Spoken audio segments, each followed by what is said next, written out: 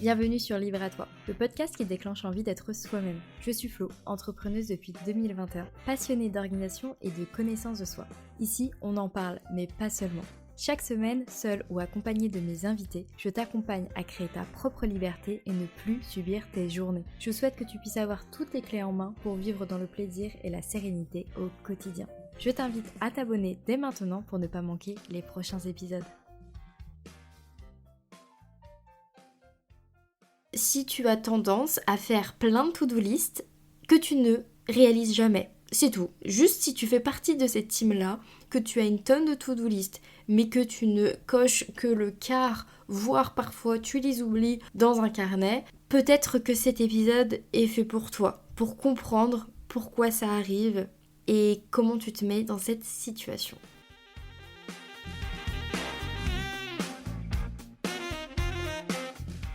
Hello, j'espère que tu vas bien. J'en ai pas vraiment parlé jusqu'ici, j'ai pas fait de focus dessus et il est temps de le faire parce que en fait c'est un sujet hyper intéressant, hyper important et on n'en parle pas assez. Enfin moi j'ai envie de faire des conférences là-dessus. On va peut-être pas abuser non plus, mais voilà, aujourd'hui on parle de la to-do list et des erreurs que moi-même j'ai fait et je refais encore parfois.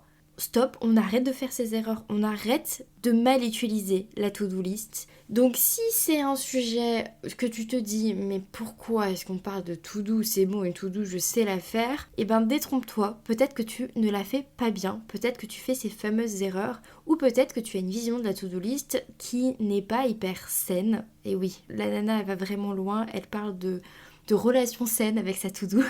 Et cet épisode est aussi fait pour les personnes qui ne font jamais de to-do list parce qu'elles pensent qu'elles n'en ont pas besoin et que ça sert à rien et que ça ne changerait absolument rien si elles faisaient des to-do list. Peut-être que je vais te donner envie de faire des to-do list et j'en serais contente si, bien sûr, tu les utilises à bon escient et qu'elles te servent vraiment. Après, je ne te jugerai pas si tu ne feras jamais de to-do list de ta vie et que tu n'en as pas besoin.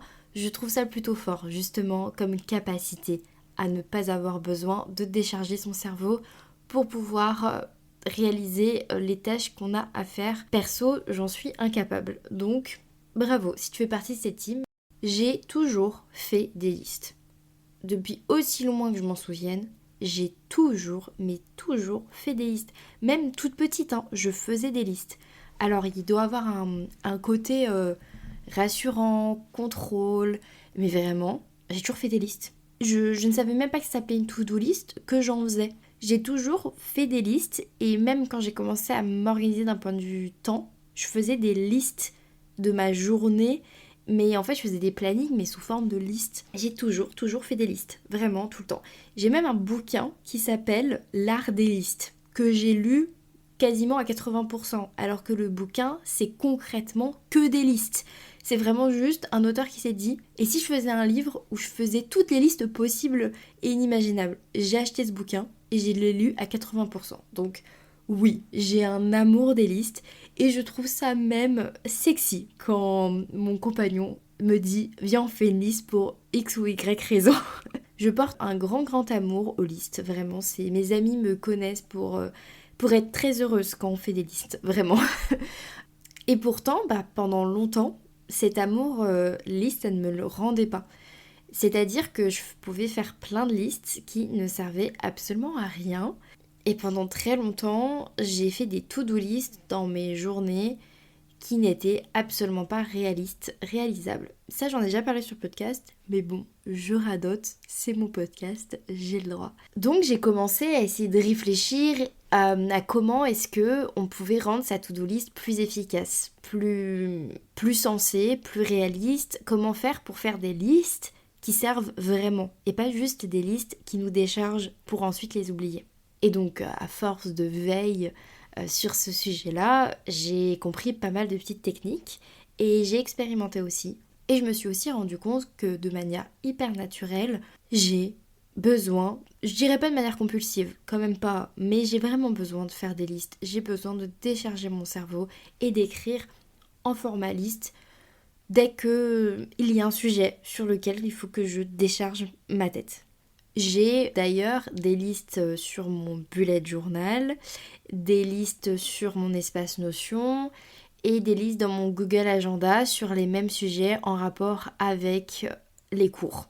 Je multiplie pas mal les listes, mais j'essaye évidemment d'avoir un système qui me convient et qui me permet de m'y retrouver, peu importe l'endroit où je suis et quels sont les outils que j'ai sous la main pour savoir où est-ce que j'en suis.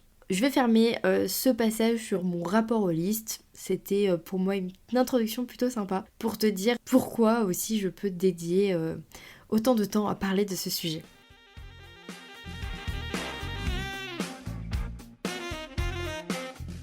Si tu as une to-do list qui va te suivre toute la journée, qui va tout le temps te rappeler ce que tu n'as pas fait et qui te laisse une sensation d'échec à la fin de cette journée, peut-être qu'il y a un problème.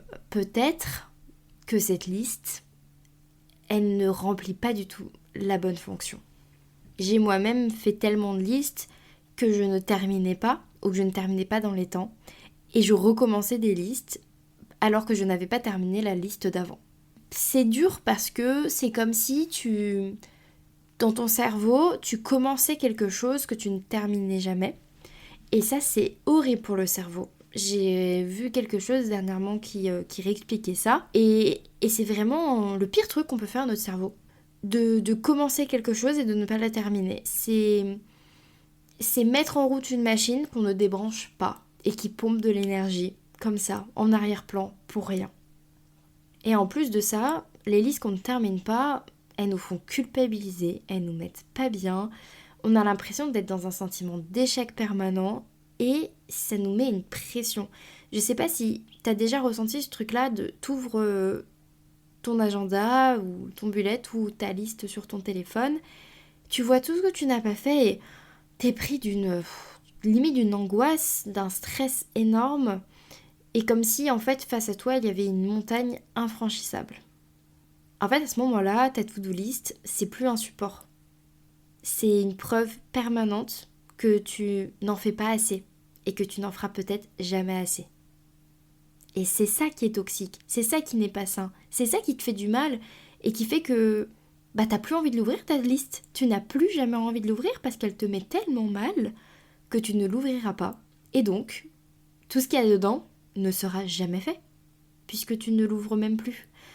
C'est un cercle vicieux horrible pour l'estime de soi et pour notre productivité aussi.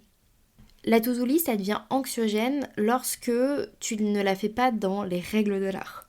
C'est-à-dire que tu vas y mettre tout ce qui te reste à faire et également tout ce que tu n'as jamais fait. Tu vas y mélanger ce qui est urgent, ce qui est important, ce qui n'est pas clair. Tu vas mélanger des choses qui doivent être faites dans 6 mois comme des choses qui doivent être faites demain. Et cette to-do list, elle va ignorer ton mood du moment, ton énergie actuelle, les imprévus, ton état émotionnel et les mauvaises nouvelles. Et peut-être même ignorer les choses positives, c'est-à-dire qu'elle va pas prendre en compte les moments où tu vas avoir des pics d'énergie, les moments où tu te sentiras prêt ou prête à te déplacer des montagnes. La to-do list, elle ne sait pas comment tu te sens. La to-do list, elle est inerte, elle ne prend pas du tout en compte tes besoins et tes envies et ta situation globale.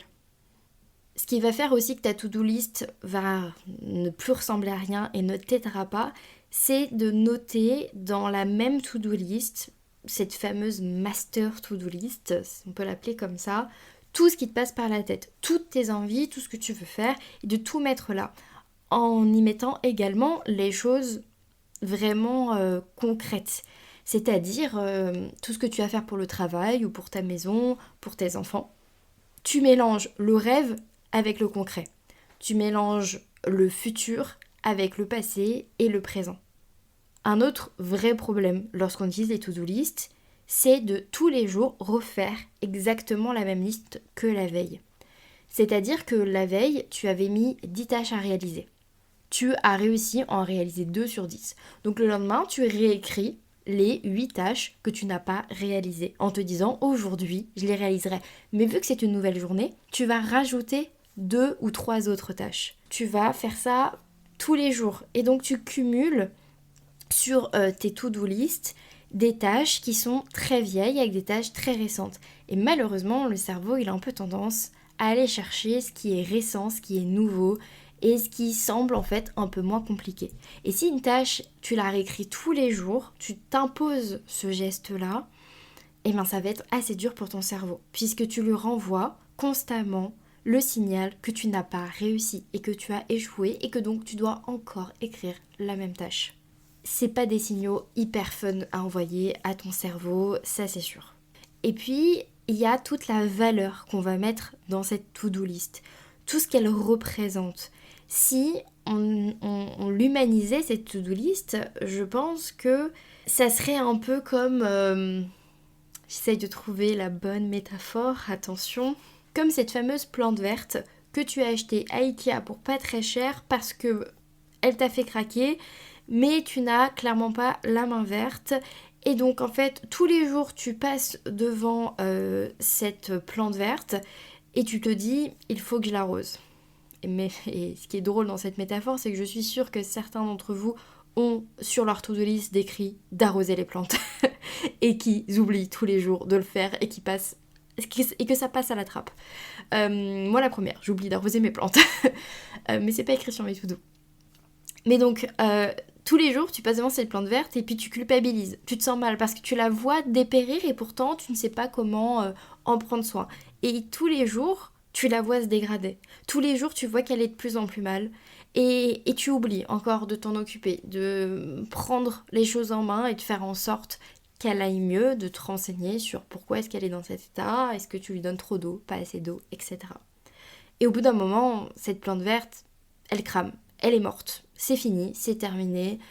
Tu peux jeter le petit pot en plastique et dire au revoir à cette plante verte qui allait si bien dans ton salon. Eh bien, on se sent assez nul à ce moment-là. Lorsqu'on jette la plante verte, on se sent vraiment nul. Puisqu'on avait pris la responsabilité de prendre cette plante verte, de faire en sorte qu'elle se sente bien, et on a échoué. Ta to-do list qui ne te sert pas réellement et sur laquelle tu vas passer du temps, mais pourtant tu ne coches pas toutes les cases, eh bien elle peut te faire ressentir ces sentiments-là. Et on va du coup y mettre énormément d'importance dans cette to-do list. On va lui mettre beaucoup de valeur, beaucoup d'intérêt. Et ça aussi, c'est une erreur. Une to-do list, c'est juste une to-do list. C'est pas une plante verte en fait. Oui, je t'ai fait toute une métaphore pour te dire que ça n'est pas le cas. C'est simplement des mots, des actions.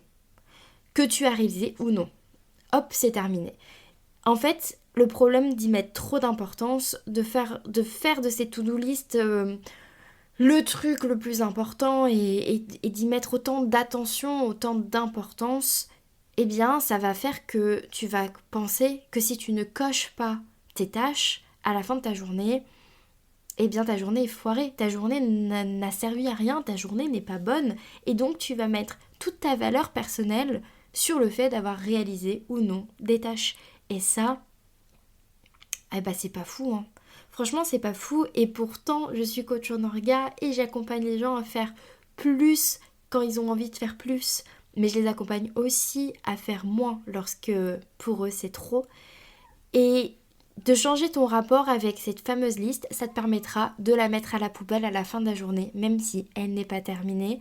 Et le lendemain, de repartir sur des bases saines en te demandant quelles sont les choses que je dois vraiment réaliser pour avoir des impacts et des conséquences qui vont me servir.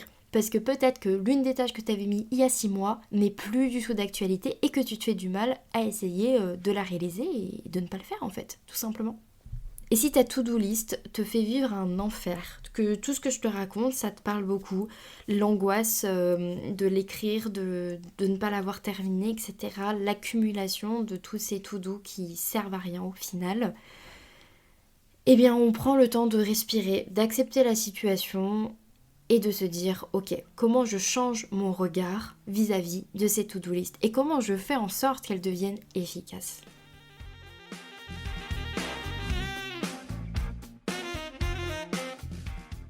Ta to-do, c'est une aide, c'est un outil, c'est un support, c'est un endroit où tu vas décharger ce qu'il y a dans ta tête pour te faire plus de place pour la créativité et pour la réflexion. C'est quelque chose qui te permet de te dire où est-ce que tu vas. C'est comme une carte. C'est vraiment c'est Maps pour ton itinéraire de la journée.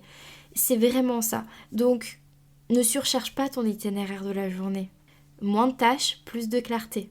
Réfléchis vraiment aux tâches que tu vas y poser. Est-ce qu'elles sont nécessaires? Et essaye de structurer ta to-do list en te disant, ok, qu'est-ce qui est vraiment important et urgent? Je le mets tout en haut de la liste. Ce qui vraiment me prend la tête, ce sont des choses difficiles pour moi et je sais très bien que j'ai pas envie de le faire. Crée une case pour ça, pour ces tâches-là, pour qu'en fait, lorsque tu as besoin d'avaler le crapaud. En fait, Avaler le crapaud, c'est un livre, je n'ai plus du tout le nom de l'auteur, j'espère qu'il m'excusera. Bon, il n'écoutera jamais cet épisode, c'est évident, qui explique en fait que lorsqu'on procrastine des tâches, lorsqu'on ne fait pas certaines choses, le mieux c'est de les faire tout de suite, dès le matin, au réveil, au moment où on se lance sur notre session de travail. C'est d'arrêter en fait de repousser les choses qui sont difficiles et qui sont compliquées ou juste qui nous mettent mal à l'aise, c'est de les faire tout de suite. On avale le crapaud et ensuite on peut se consacrer à tout ce qui nous fait bien plus plaisir. Donc si toi t'as du mal, justement tu procrastines beaucoup, structure ta to-do list pour faire en sorte que ça soit plus dynamique, plus approprié à ta personne et que tu vois clairement, rapidement, lorsque tu la regardes, ce vers quoi tu dois aller tout de suite. Accepte que ta to-do, elle n'est jamais terminée, qu'elle sera tout le temps en constante évolution. Pour éviter l'erreur dont je te parlais tout à l'heure sur le fait de réécrire tous les jours la même to-do list, moi je te propose d'avoir certes une grande to-do list, une master to-do list, par catégorie de vie. Ne mélange pas le pro et le perso, ne mélange pas les choses qui n'ont vraiment rien à voir les unes aux autres parce que ça va te faire perdre en clarté, clairement. Si t'es comme moi et que tu es en alternance, admettons, c'est un bon exemple parce qu'on a un milliard de choses différentes à penser, tu ne vas pas mélanger ta to-do list pour les cours avec ta to-do list pour le travail parce que sinon tu vas totalement perdre en clarté et tu ne sauras plus où mener de la tête au moment où tu veux te lancer sur tes missions au travail par exemple ou quand tu veux travailler sur tes devoirs. Ça ne sera pas clair et ton temps sera mal utilisé en fait parce que tu vas donner à ton cerveau des raisons de passer du coq à l'âne et c'est épuisant pour le cerveau de faire ça. Passer d'un sujet à un autre, ça l'épuise énormément et ça nous fait perdre énormément en concentration. En fait, fais en sorte que pour ton cerveau, ça soit le plus simple possible, le plus logique, le plus fluide. Donc, grâce à ces master to-do list que tu vas garder peut-être par mois, ensuite tu peux par jour prendre ces tâches et en placer 1 à 3, maximum 5 tâches par jour. Maximum 5 tâches par jour. C'est une règle que je me suis fixée il y a maintenant 5-6 ans, voire 7 ans, que lorsque je programme une journée, je ne mets que 5 tâches maximum selon la durée estimée de ces tâches et de la journée prévue. Si j'ai une journée où je suis 7 heures au travail et que les tâches que je souhaite réaliser n'ont rien à voir avec mon travail, je n'en mettrai pas 5 puisque ça sera peut-être beaucoup trop. Par contre, si je vois que chacune de mes tâches, j'estime qu'elles me prendront chacune 20 minutes, peut-être que je peux en mettre 5. Par contre, si chacune de mes tâches, j'estime qu'elles me prendront 1 heure, 1 heure et demie, j'en mets 2-3 maximum, puisque je n'aurai pas le temps en fait, juste ça ne rentre pas. Donc estimer le temps que tu penses que chaque tâche te prendra, toujours à la hausse, toujours à la hausse. Il vaut mieux des bonnes surprises de temps plutôt que des imprévus qui font que tu n'as plus de temps. N'utilise pas ta to-do list comme un doudou. Ne fais pas en sorte que ça soit ce qui te permet de te sentir rassuré. Oui, ça va t'apaiser, ça va soulager ta charge mentale, mais ça ne doit pas être un doudou, un substitut au fait de passer à l'action. Faire une to-do list, c'est une partie du travail, mais c'est juste la planification. Ce n'est pas passer à l'action.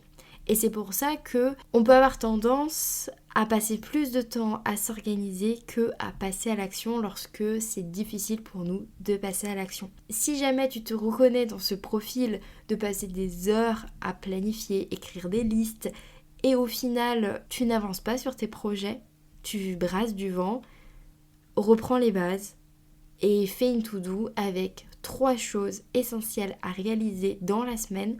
Et tant que tu n'as pas réalisé ces 3 choses-là, tu ne passes pas à la suite.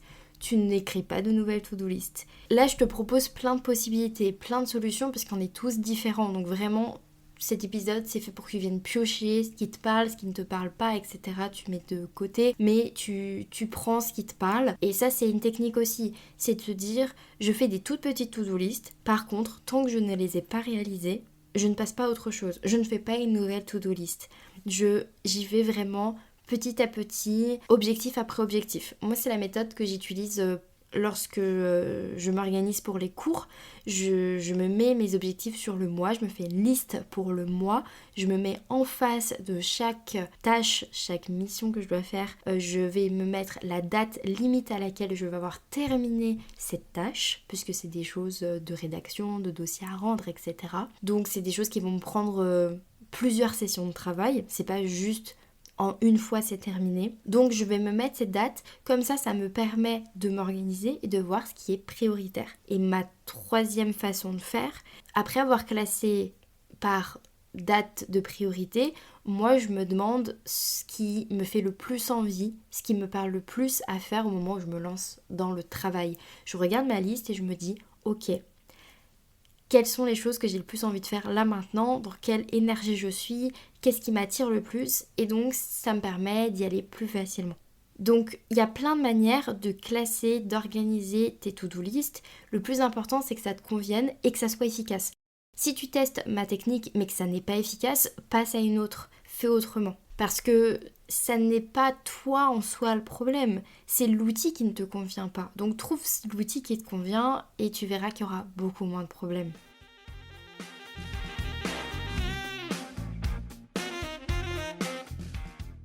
Bon, maintenant je t'ai déballé un petit peu tout ce que j'avais à dire sur la to-do list, les choses à éviter, comment tu peux faire en sorte d'éviter ces pièges, etc.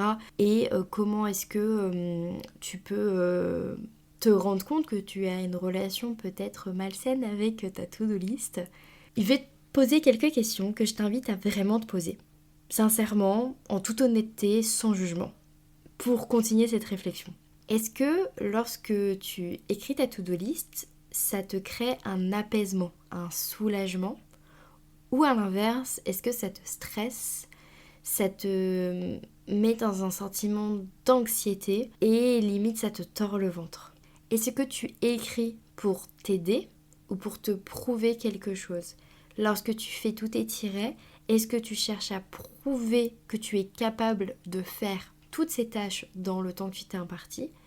Ou est-ce que tu écris pour t'aider à planifier réellement tes objectifs et à avancer sereinement? Alors certes, tu peux te prouver tout en avançant sereinement, mais je pense que tu as compris la nuance. Je pourrais continuer à parler de ce sujet pendant mais très longtemps en fait. J'ai l'impression d'avoir effleuré le sujet. Je vais pas faire un épisode d'1 heure et demie sur la to-do list quand même. Mais si jamais vous voulez une partie 2 sur la to-do list, je serais ravie de la faire. Où on pourrait peut-être parler encore plus dans le détail de toutes les méthodes de liste. Je vais te faire un petit récap rapide des 7 points que je t'invite à retenir de cet épisode. Pour éviter d'avoir une to-do list toxique qui ne te convient pas, qui ne t'aide pas à avancer. Ne mets pas tout au même endroit. Une to-do list, c'est pas une décharge sauvage. Non. Pense plutôt à la déchetterie où dans chaque benne on met des choses spécifiques. Je sais pas du tout si cette métaphore fonctionne, mais j'aime bien l'idée puisque on se décharge mentalement lorsqu'on écrit. On se donne les outils pour pouvoir mieux avancer et savoir où on va et perdre moins de temps dans la réflexion de l'organisation et de la planification. Pense à la déchetterie bien organisée. C'est pas une décharge sauvage au milieu de la forêt où on y met n'importe quoi. Et petite prévention, c'est bien sûr illégal de faire ça et très toxique pour la nature. Tes idées, tes rappels, tes envies, ce ne sont pas des tâches, ce ne sont pas des actions à mettre dans une to-do list. To-do, c'est faire. Dans ta to-do list, tu dois avoir des verbes, tu dois avoir des missions concrètes, des choses précises et réalistes. Arrête de confondre ce qui compte et ce qui est listé. Tout ce qui est important dans ton quotidien, ça ne se coche pas forcément. Et donc c'est pas parce que tu as une to-do list de la journée qui n'a pas été cochée à 100% que ta journée a été loupée. Ton repos, les conversations avec tes proches, le temps que tu passes à rire, à jouer, à prendre du bon temps, à manger, la gestion des imprévus, ou simplement le temps de vivre. Tout ça, c'est pas dans ta liste. Prendre une douche, te brosser les dents, prendre soin de tes cheveux, c'est pas forcément dans ta liste. Et pourtant, tu l'as fait et ça a créé une journée. Et ta valeur n'est pas dans ta réussite ou non de ta to-do list du jour. Ne refais pas la même to-do list tous les jours. Si tu te retrouves à faire ça, c'est qu'il y a un problème. Demande-toi pourquoi est-ce que tu te retrouves avec les mêmes tâches depuis des jours et des jours. Pourquoi tu ne les réalises pas ces tâches? Pose-toi réellement les questions. Parce que ça va entretenir ta frustration de ne pas réussir ces tâches et ça va renforcer cette idée que tu es dans l'échec. Il vaut mieux que tu revoies, que tu allèges, que tu reformules, que tu fasses autrement, que tu reportes pour bien plus tard ou que tu annules tout simplement. Limite volontairement le nombre de tâches que tu mets dans ta to-do. C'est pas forcément pour être plus productif que je te propose de faire ça, tu en mets moins et donc tu auras la sensation d'être plus productif. Non, c'est pas vraiment l'idée. C'est vraiment pour être plus honnête avec la réalité d'une journée. Il y a déjà tellement de choses à faire dans une journée tout en mettant de côté le travail ou tes projets. Et il y a déjà beaucoup. Réalise des to-do list par jour, par semaine ou par mois qui sont réalistes par rapport au temps dont tu disposes pour réaliser ces tâches. Ne te mets pas un énorme stress au fait de faire énormément en très peu de temps. Ça ne te servira à rien puisque tu seras déçu dans tous les cas à la finalité. Et si tu y arrives, c'est génial, c'est parfait, c'est top, mais par contre à quel prix est-ce que tu y es arrivé? Et ça n'a rien à voir avec la motivation, la discipline ou la volonté, hein. On parle juste du fait d'avoir des tâches qui sont faisables, qui sont cohérentes avec le temps dont tu disposes. N'utilise pas ta to-do list comme un juge de la journée que tu viens de réaliser. C'est un petit peu similaire au point que j'ai abordé un peu avant, mais là, ce dont je te parle, c'est le fait que c'est pas ta to-do list qui va juger de ton niveau de fatigue, de ton état émotionnel ou ton énergie. En fait, ta to-do, elle en sait rien. Comme je disais tout à l'heure, c'est inanimé, c'est pas quelque chose d'humain. Donc en fait, elle ne représente rien par rapport à ce que tu es et ce que tu ressens. On la remet au niveau de ce qu'elle est, des mots écrits sur une feuille. Et si tu te sens nul à cause d'une liste, c'est pas toi le problème, c'est la liste qui ne fonctionne pas. Considère donc toujours cette liste comme un support et pas comme une obligation. Tu as le droit de modifier ta to-do, de la barrer, de la remettre en question et sans forcément te justifier. Pour terminer, n'oublie surtout pas d'observer l'effet que cette to-do, elle te fait. C'est un petit peu la conclusion de cet épisode. C'est à toi de voir comment tu te sens avec ta to-do. Peut-être que tout ce que je t'ai raconté, tu t'y retrouves absolument pas et c'est vraiment pas ce que tu ressens. Mais peut-être que c'est le cas pour certains points. Donc, prends vraiment le temps d'observer ça et de te demander comment tu peux modifier les choses pour te sentir mieux. Une to-do list qui va vraiment t'aider, qui va vraiment te soutenir, c'est une to-do qui, lorsque tu as terminé de la rédiger, tu te sens déjà hyper soulagé, hyper apaisé point de vue de charge mentale, que tu as envie de consulter régulièrement et qui te permet d'avancer, de savoir vers où tu vas concrètement et qui ne te fait pas perdre du temps et qui ne te met pas dans une situation de mal-être. C'est une to-do qui va te permettre de te libérer réellement du temps, de l'espace de réflexion et de créativité. Et c'est aussi un outil qui te permettra d'atteindre tes objectifs, d'avancer et de te sentir dans la réussite. Donc utilise les to-do list comme tu en as envie. Fais-toi kiffer à faire des to-do qui te conviennent à 100%. Change les règles, modifie ta façon de faire. Mais en tout cas, le plus important, c'est que ça te convienne et que ça te permette d'être bien dans tes baskets et d'avoir envie de te mettre à faire ce que tu as à faire. C'est hyper important.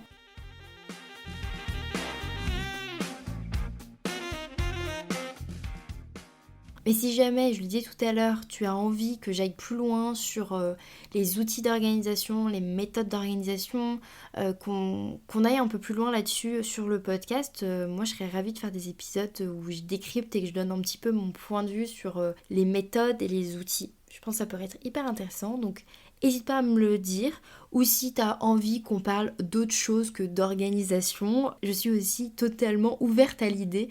C'est vrai que là, j'ai fait pas mal d'épisodes à ce sujet, mais j'avais besoin de me replonger à 100% dans ces sujets, de partager des choses que je partage depuis maintenant 5 ans en fait.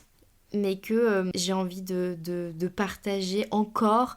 Et en plus, mon point de vue, il a évolué en 5 ans. Il a changé, il s'est transformé. Il y a des choses sur lesquelles j'ai pas bougé, mais tellement de choses sur lesquelles j'ai bougé, j'ai changé d'avis, j'ai expérimenté. Et je pense que c'est important de continuer à parler de sujets qui nous passionnent. Et j'espère que ça t'a intéressé, que ça t'a fait prendre conscience de certaines choses. Et que tu ne referas plus ces erreurs fatales pour ton bien-être et ta productivité.